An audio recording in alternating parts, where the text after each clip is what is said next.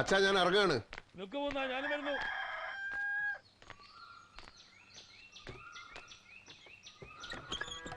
ഇത്രയും രാവിലെ എങ്ങോട്ടാ നീ? മേലുകാവിൽ ഇന്നാണല്ലോ വെട്ടിനിരത്തൽ. ഓ, എന്താണ് വെട്ടി നിരത്തുന്നത്? നെൽപ്പാടം നികത്തി വാഴ വെച്ചിരിക്കുകയാണല്ലോ അവിടെ. ആ വാഴ മുഴുവൻ ഞങ്ങൾ വെട്ടും. വാഴയും ഒരു കൃഷിയല്ലേ മുകുന്ന? ആയിരിക്കാം, പക്ഷെ വാഴക്കൊല കൊണ്ട് ചോറുണ്ടാക്കാൻ പറ്റില്ലല്ലോ. ദോശ, പുട്ട്, ഇഡ്ഡലി, ചോറ്, ചുരുക്കത്തിൽ മലയാളിയുടെ അടിസ്ഥാന ആഹാരത്തിന് അരി തന്നെ വേണം. നെൽപ്പാടം നികത്തിയാൽ അരിക്ക് ഇവിടെ പോകും. ആന്ധ്രാക്കാരന്റെ അരി ലോറി വരുന്നതും കാത്ത് മലയാളി വായും പൊളിച്ചിങ്ങനെ ഇരിക്കണം എന്നാണോ അച്ഛൻ പറയുന്നത്? അങ്ങനെ ഞാൻ പറഞ്ഞില്ല. എങ്കിൽ ആ വിഷയം വിട്ടേക്കൂ. വെട്ടിനിരത്തിൽ പാർട്ടി നയമാണ്, നടപ്പിലാക്കിയേ പറ്റൂ.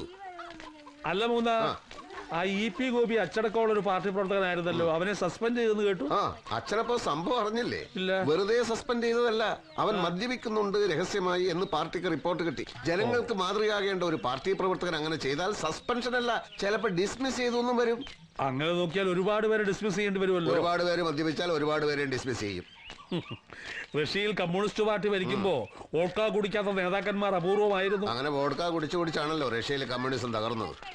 അച്ഛൻ ഒന്ന് ഓർക്കണം, പാർട്ടി പിളർപ്പിന് ശേഷം, അതായത് 1964 ശേഷം നമ്മൾ റഷ്യ അംഗീകരിക്കാറില്ലല്ലോ.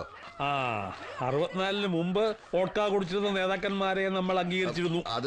അത് പിന്നെ പാർട്ടിക്ക് തെറ്റ് പറ്റിയതാണ്. തെറ്റ് പറ്റിയാൽ 30 40 വർഷം കഴിഞ്ഞാലും പാർട്ടി അത് തിരുത്താറുണ്ടല്ലോ. ആ, അത് ശരിയാ. അങ്ങനെ വരുമ്പോ ഇന്നത്തെ വാഴ വെട്ട് തെറ്റായി പോയി എന്ന് കുറെ കാലം കഴിഞ്ഞ് ബോധ്യപ്പെട്ടാൽ ഇപ്പോ വെട്ടിയവർ തന്നെ കാണുമോ പകരം വാഴ വെച്ചു കൊടുക്കാൻ? ഈ വോഡ്ക, വാഴ വെട്ട്, ഇത് രണ്ടും രണ്ട് വിഷയങ്ങളാണ്. അച്ഛനെ പോലുള്ള സംശയാലുക്കളുടെ എണ്ണം പാർട്ടിയിൽ വർദ്ധിച്ചു വരികയാണ്. ചിലപ്പോ പ്രായത്തിൻ്റെതാകാം. അച്ഛാ, പാർട്ടി നയങ്ങളുടെ കാര്യത്തിൽ എനിക്ക് യാതൊരു സംശയവും. നല്ല കാര്യം. ഞാൻ കൂടുതലൊന്നും സംസാരിക്കുന്നില്ല. ചിലപ്പോ പാർട്ടി വിരുദ്ധം എന്നും പറഞ്ഞു നീ എന്നെ സസ്പെൻഡ് ചെയ്യും. അല്ലെങ്കിൽ പാർട്ടി കാര്യത്തിൽ അച്ഛനും മകനൊന്നുമില്ലല്ലോ.